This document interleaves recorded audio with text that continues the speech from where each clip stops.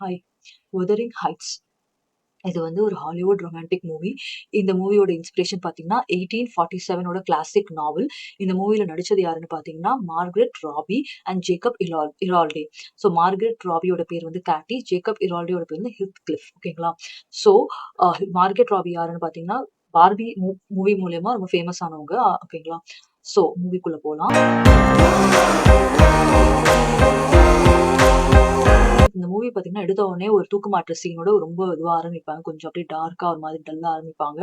அதுக்கப்புறமா என்ன ஆகும்னா, மிஸ்டர் எர்ன்ஷா இவர் யாருன்னா ராபியோட அப்பா. இவர் வந்து ஸ்ட்ரீட்ல சுத்திட்டு இருக்கிற ஒரு பையன வந்து வீட்டுக்கு கூட்டிட்டு வருவாரு. கூட்டிட்டு வந்து இவங்க வந்து நம்ம கேட்டி வந்து அவர வந்து அவங்க பிரதரா நெனச்சு அவங்க கூட வந்து பாண்ட் ஆவாங்க. நல்லா சைல்ட்ஹுட் லவ் ப்ளே பண்ணுவாங்க. நெறைய பிரச்சனைகள் இருக்கும். பட் இவங்க சைல்ட்ஹுட்ல வந்து ரொம்ப ஃப்ரெண்டா இருப்பாங்க. இவங்களும் அந்த ஆர்ஃபன் பையன். இந்த ஆர்ஃபன் பையனுக்கு அவங்க தான் ஹித்கிளிஃப் அப்படின்ற அவங்களோட பிரதரோட பேர வைப்பாங்க. ஓகேங்களா?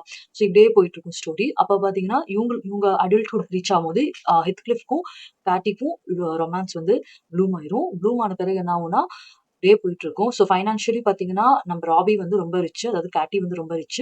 நம்ம ஹித்கிளிஃப் வந்து இப்போ ஒரு ஆல்ரெடி ஆர்ஃபன் பாய் அவரு. ஸோ எட்கர்ன்னு ஒருத்தர் வந்து இன்னொருத்தர் ரிச் ஆனவரு. அவரு வந்து ராபிய கல்யாணம் பண்ணிக்கணும்னு வருவாரு. ஸோ சிச்சுவேஷன் வரும்போது ராபி என்ன பண்ணுவாங்கன்னா, ஒரு ஷாக்கிங்கான ஒரு டிசிஷன் எடுத்துருவாங்க. அது உங்களுக்கு படம் பார்த்தா தெரியும். ஸோ லைக் நம்ம ஹித்கிளிஃப் அக்செப்ட் பண்ணல அவங்க. ஸோ இப்ப என்ன ஆகுதுன்னா, ஹித்கிளிஃப்க்கு வந்து கோவம் வந்துருது. கோவம் வந்துட்டு அவரு வந்து நம்ம நார்மலா டிபிக்கலா படத்துல என்ன பார்ப்போம்னா, ஒண்ணு ஹீரோயின கொன்னுடுவாங்க, இல்லாட்டி அவங்க சூசைட் பண்ணிப்பாங்க. இந்த மாரிலாம் ஆகாது. ஸோ இவரு ரிவெஞ்ச் ஸ்டோரியா போயிருவாரு. இவரு ரிவெஞ்ச் ஸ்டோரியா போயிட்டு என்ன பண்ணுவாருன்னா, இங் தொ போயிருவாரு.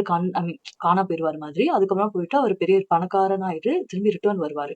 ஸோ ரிட்டர்ன் வந்து அவரு ரிவெஞ்ச் எடுப்பாரு. யார் மேலனா எட்கேர் மேல ரிவெஞ்ச் எடுப்பாரு. அதுக்கு வந்து அவங்க தங்கச்சி இசபெல்லையும் யூஸ் பண்ணுவாரு. ஸோ இதெல்லாம் ரொம்ப ட்ரமாட்டிக்கா இங்கிலீஷ் ஸ்டைல்ல பண்ணியிருப்பாங்க. பட் இந்த மூவி பார்த்தீங்கன்னா, கொஞ்சம் மெச்சூர்ட் ஆடியன்ஸ் தான் பார்க்க முடியும். இட்ஸ் கைண்ட் ஆஃப் கொஞ்சம் அடல்ட் கன்டென்ட் நெறையாவே இருக்கும். ஸோ கிட்ஸோட பார்க்கறதுக்கு I don't advise. But otherwise it's a classic movie to watch. And yeah and it's a 4.5 rating. But கிட்ஸோட நீங்க பார்க்க முடியாது. தேங்க்ஸ் ஃபார் வாட்சிங் our video. Like, share and subscribe.